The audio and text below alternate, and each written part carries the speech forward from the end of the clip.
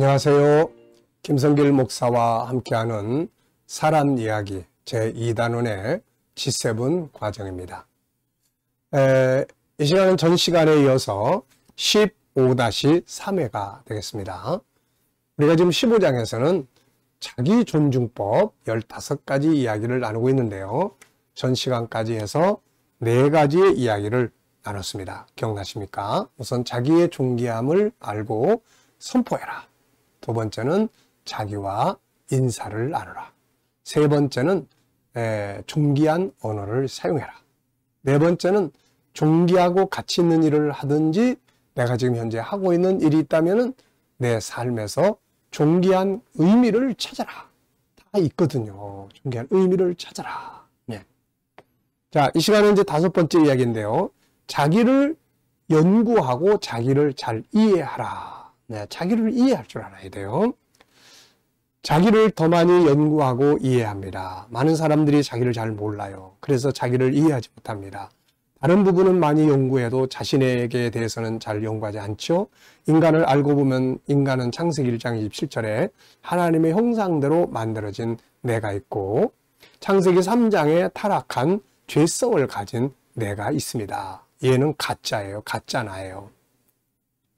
자, 이게 무슨 말이냐면은 나를 이해한다고 할 때 인간은 두 가지를 꼭 알아야 됩니다. 하나는 나라는 존재는 창세기 1장 27절에 있는 것처럼 하나님을 닮은 존재예요. 그래서 여기서는 잘해보려고 하고 아름답게 멋지게 해보려고 하는 이런 간절함, 이런 열망이 안에서 항상 부글부글 끓는 거예요. 이게. 그게 진짜 나예요. 선한 나. 네. 우리 5-14의 나란 말이에요, 이게. 근데 창세기 3장에 죄성의 나가 또 하나 있는 거예요, 이게. 죄의 유혹을 받는 나.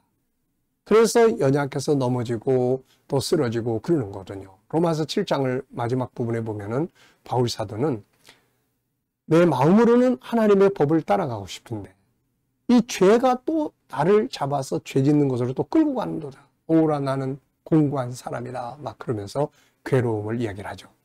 결국은 자기의 이 세상을 살아가면서 결국 내 속에서 벌어지는 참 나와 가짜 나의 싸움이에요. 이게 인생입니다. 그러니까 진짜 나는 잘해보고 싶고, 예?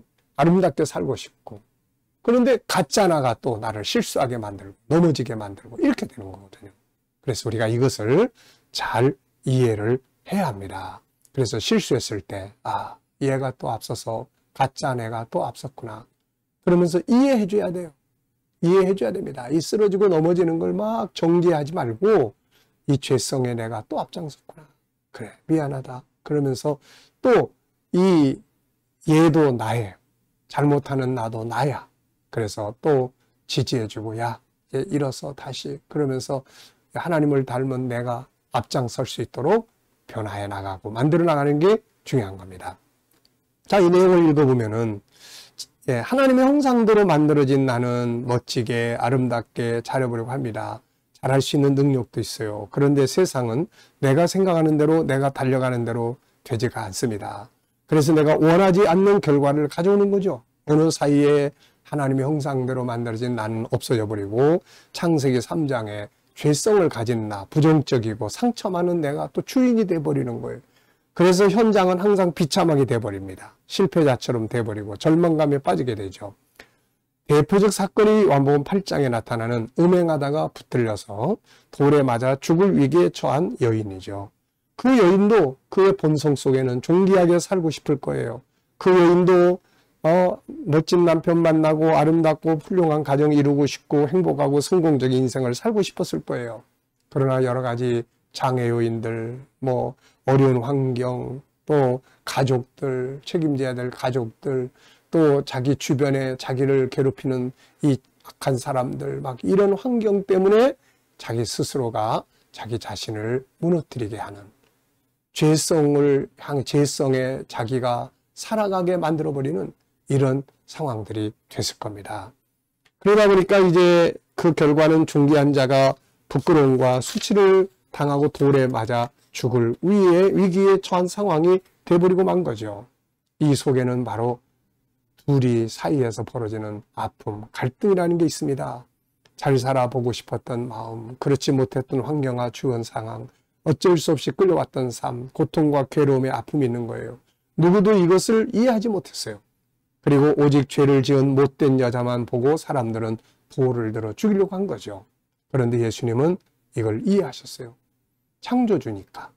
이 여인 속에 들어있는 존귀함의 본능, 그러면서도 지금까지 이르기까지 그의 삶 속에서 어쩔 수 없이 넘어지고 쓰러지는 죄성을 가진 그 여인의 안타까운 현실.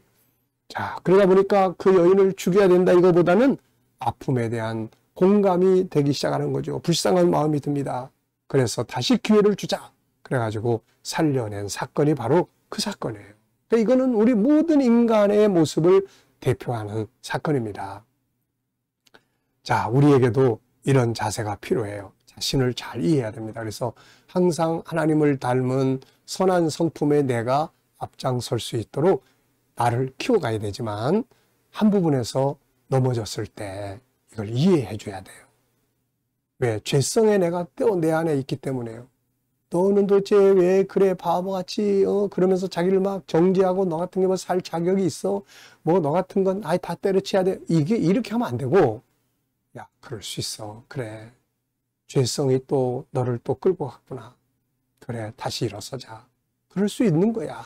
자, 그 대신 이제는 우리가 하나님을 닮은 좋은 성품, 선한 나의 참 모습을 가지고 우리 또 한번 해보자. 이해해 주는 거예요. 이해해 주는 거예요. 그리고 당연히 이해를 받아야 돼요. 왜? 죄성이라는 것이 나를 또 한쪽에서 붙들고 있으니까 넘어질 수 있는 거예요.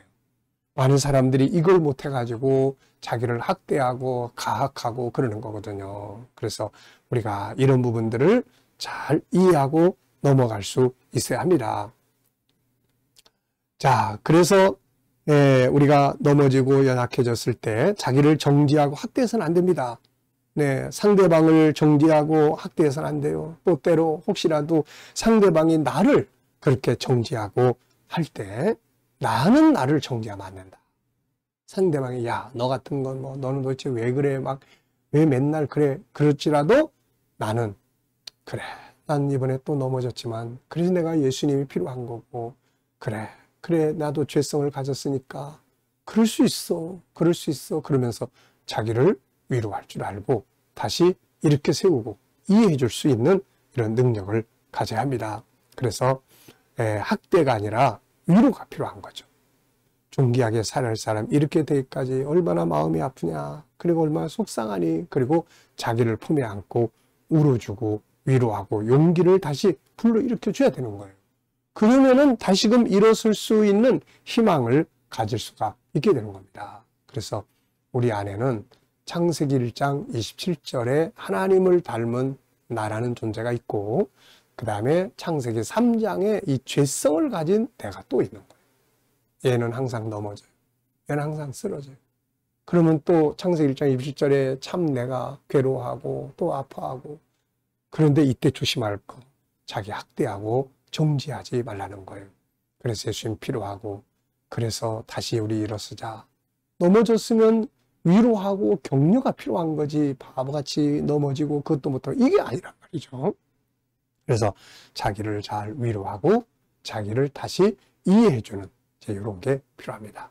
자, 창세기 1장 27절에 나와 창세기 3장의 나를 잘 이해해야 한다는 것을 기억하시기 바랍니다. 자, 이 시간은 여기까지 하고 마치겠습니다. 네, 감사합니다.